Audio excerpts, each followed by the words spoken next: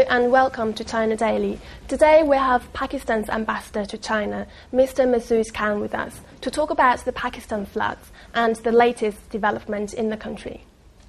First of all, Ambassador, according to the United Nations, Pakistan is now facing the worst monsoon-related floods in living memory.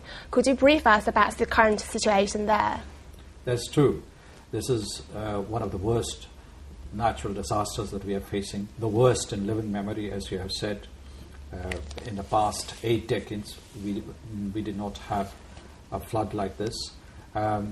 This is an enormous challenge that we are facing. Some 1,600 people have died, 1,600 are injured. Then there are many people who are missing. The United Nations has determined that the total number of people affected by this disaster is about 14 million. This is more than the combined total of the people affected by the 2004 tsunami, the 2005 earthquake in Pakistan, and this year's Haiti earthquake. In fact, the entire life pattern in all these areas has been seriously disrupted, and we're trying to cope with the situation. First, our focus, of course, is on relief and recovery. Rescue was our priority right in the beginning, but now we are slowly moving towards stemming this disaster to the extent we can. And which are the most severely affected areas, and how are the locals coping with the floods? In fact, all the areas of Pakistan have been affected, all the provinces and all the territories. The floods and monsoon rains, they started from the north of the country, from Gilgit-Baltistan, then they went down to Khyber Pakhtunkhwa, to Azad Jammu and Kashmir, to other provinces, Punjab, Balochistan, and Sindh. Right now in Sindh, the situation is more serious. We are monitoring water levels at Kotri and the 2 barrages, Guddu and Sakhar. So practically all the provinces, all the territories have been hit hard by these floods. And tell us about the aid you have received from the international society. And compared to the amount you have been given, how much more do you think Pakistan still needs? So far we have received slightly more than $150 million. These are pledges. Pledges take a lot of time to materialize. Our immediate needs are not less than $1 billion US. Because of the scale of the devastation in Pakistan. And the United Nations itself has launched an appeal for about $460 million. I don't think that this figure would be adequate because livelihoods have been destroyed, communication networks have been disrupted, our crops have been washed away, there are no roads and bridges in certain areas, people have been displaced or they're marooned or they are stranded. So given that situation, given the enormity of that challenge, I think that these amounts are not adequate. Indeed, as you said, probably there still needs to be a lot of time before everything goes back to normal. So how much more time do you reckon Pakistan needs for the entire nation to truly recover from the disaster?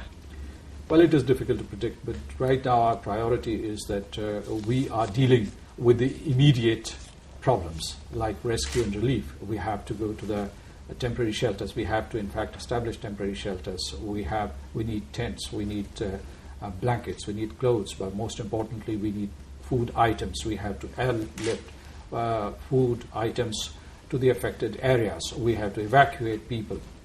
So it's very difficult for us to predict at this time when we will be able to stem or contain the fury of this natural disaster. Well, once we are through with that, there would be problems. For instance, the immediate phases of relief. But from that, we would move to the phase of early recovery, rehabilitation of the people who had been displaced, and final reconstruction of the flood-affected areas. This is going to take a lot of time, but our priority right now is to save lives and to give as much support to the people who have been affected by these floods and rains. Indeed, as you have said, there's going to be later processes such as the rehabilitation of people and reconstruction of roads and buildings.